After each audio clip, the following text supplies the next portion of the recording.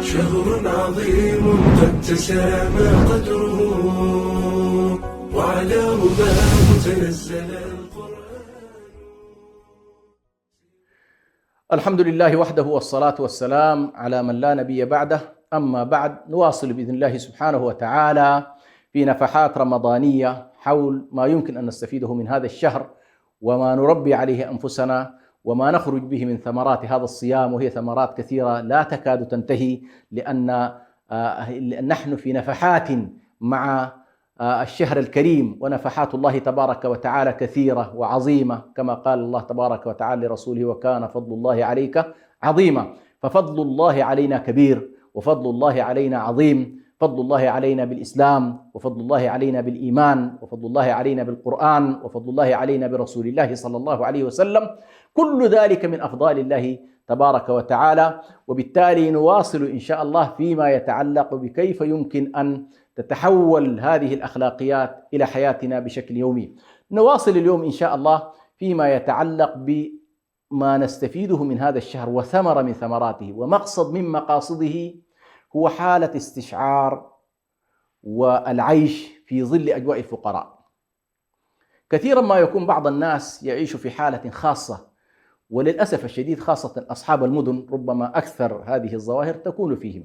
تجد أن كل واحد منهم يعيش في غرفته، ويعيش في فيلته، ويعيش في شقته، وربما لا يعرف ما الذي يكون بجواره.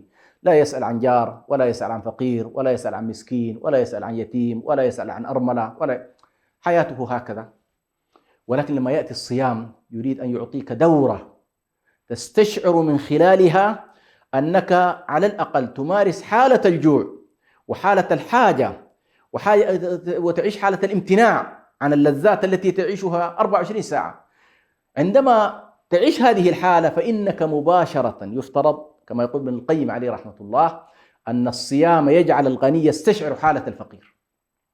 يعني إذا لم يكن هذا الشعور يتولد عنك في رمضان وتشعر به في رمضان، فمتى ستشعر أيها الغني؟ متى ستشعر أيها المترف؟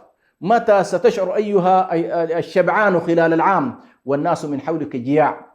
كثير من الناس تجده سبحان الله، لا أقول يعني لا يتابع ما يجري من حوله في قضايا الأمة الكبرى، هذه قضية كبيرة، ولكن تجد أقارب، تجد بعض الناس ما شاء الله عنده من الإمكانات، ولكن يحرم من أنه يكون متابع لأحوالهم، ينظر إلى أحوال الفقراء، ينظر إلى أحوال المساكين.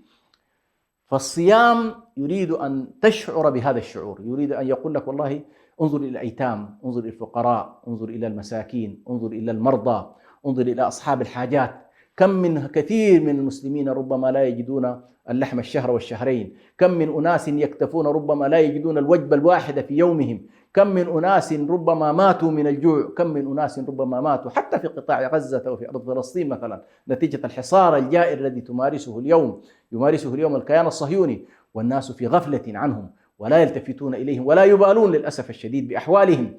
فرمضان هو عبارة عن دورة تدريبية، وخاصة للأغنياء، أن يعيشوا ولو لبعض الوقت مع أحوال الفقراء، وأن يستشعروا بهم، وأن يكونوا في حالة مستمرة من أنه والله يعيشون. يعني عندما نتكلم عن والله أنت محتاج إلى أن تعيش حالة الفقير، وأن تكون مستشعر الجوع، مستشعر العطش، مستشعر الحاجة، مستشعر الفاقة، هذه اللحظة التي تعيشها في تلك الساعات أو تلك السويعات لا نريدها أن تكون حبيسة رمضان.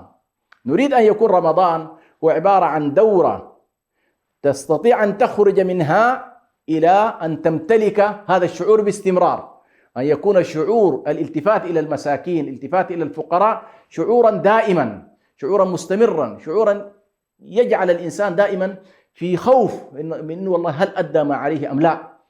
بعض الناس للأسف الشديد يتصور بأنه والله إذا أخرج زكاته فقد أدى ما عليه.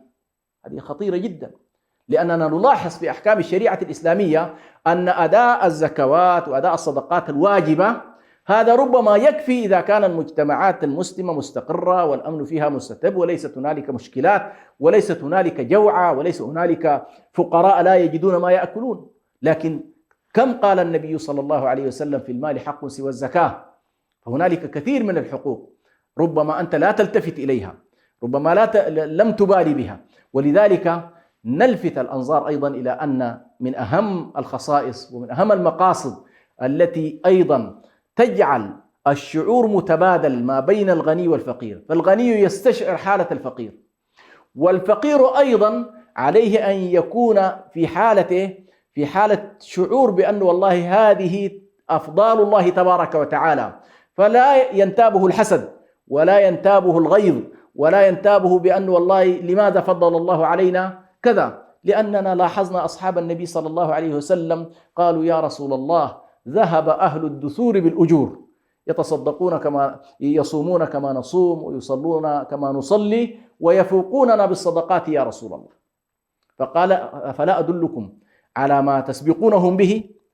النبي صلى الله عليه وسلم يريد أن يوجد حالة من التوازن بين الفقراء والأغنياء، فقال تسبحون الله 33 وتحمدون الله 33 تكبرون الله 33 بعد دبر كل صلاة، ففعلوا ذلك فتسربت المعلومة إلى الأغنياء، فالأغنياء لحقوا بهم، أن مجتمع الصحابة كان مجتمع تنافسي في الخير، وفي ذلك فليتنافس المتنافسون، وسارعوا إلى مغفرة من ربكم وسابقوا إلى مغفرة من ربكم، هذا السباق، أو سارعوا إلى جنة عرضها السماوات والأرض، فهم في سباق ومنافسة وتسارع من أجل الخيرات، فقالوا يا رسول الله لحق بنا أهل الدثور، قال ذلك فضل الله يؤتيه من يشاء.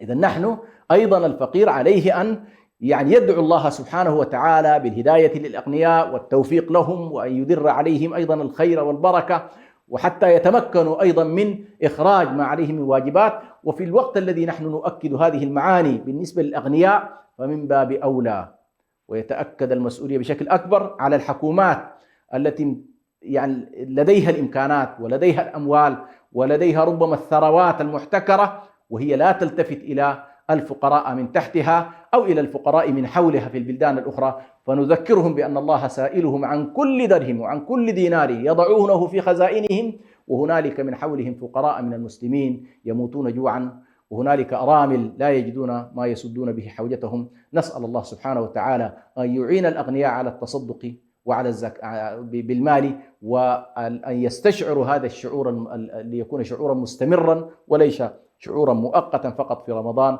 والسلام عليكم ورحمة الله وبركاته. شهر عظيم قد تسامى قدره وعلى رباه تنزل